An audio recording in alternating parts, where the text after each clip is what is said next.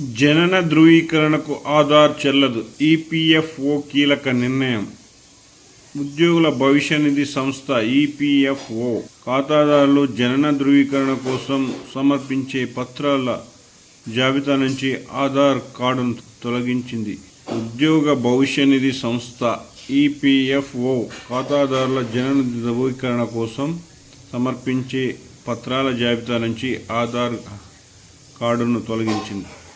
భారత విశిష్ట గుర్తింపు ప్రాధికారిక సంస్థ యుఐడిఏఐ ఆదేశాల మేరకు ఈ నిర్ణయం తీసుకున్నట్లు తెలిపింది. ఇకపై ఆధార్ కార్డును ప్రాథమిక గుర్తింపు ధృవీకరణ పత్రంగా మాత్రమే పరిగణించాలని, జనన ధృవీకరణకు ప్రామాణికం కాదని ఈపీఎఫ్ఓ ఈ నెల 16న ఉత్తర్వులు విడుదల చేసింది.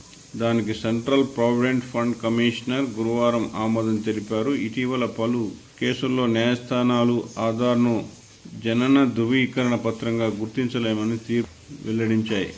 దీంతో ఆధార్ ప్రామాణికంగా పుట్టిన తేదీలో మార్పులు చేయలేమని ఈపీఎఫ్ఓ స్పష్టం చేసింది. ఇకపై ఖాతాదారులు జనన ధృవీకరణ కోసం ఈ కింది పత్రాలను సమర్పించవచ్చని తెలిపింది.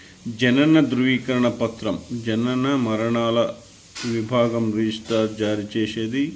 ప్రభుత్వ గుర్తింపు పొందిన విద్యా బోర్డు లేదా విశ్వవిద్యాలయం జారీ చేసే మార్కుల జాబితా, పాఠశాల బదిలీ, టీసీ లేదా high school leaving certificate, SSC certificate, వాటిపై పేరు, పుట్టిన తేదీ వివరాలు ఉంటేనే, సర్వీస్ రికార్డ్ ఆధారంగా జారీ చేసిన ధృవపత్రం, కేంద్ర రాష్ట్ర ప్రభుత్వాలు జారీ చేసిన పింఛను సర్టిఫికేట్, ప్రభుత్వం జారీ చేసిన నివాస ధృవీకరణ పత్రం, pan card, passport, civil surgeon జారీ చేసిన మెడికల్ సర్టిఫికేట్ మాత్రమే.